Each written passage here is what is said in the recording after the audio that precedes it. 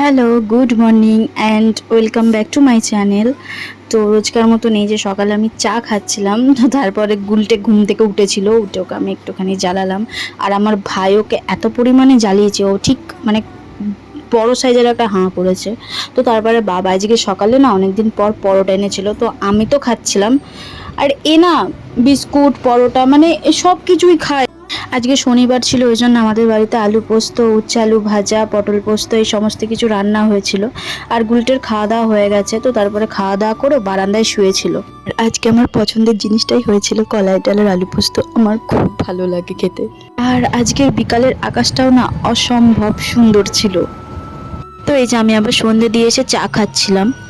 তারপরে মেঘা এসেছিল আমাদের বাড়িতে, রিংস এনেছিল আর ছাত্তারা কিনে এনেছিল। খুশি থাকো, আমি এরকম প্যাকেট প্যাকেট কিনি আর খাই। আর রিংসে এই গিফট দুটো পেয়েছি, আর এদিকে আমি গুলটেকেও খেতে দিয়ে দিয়েছি।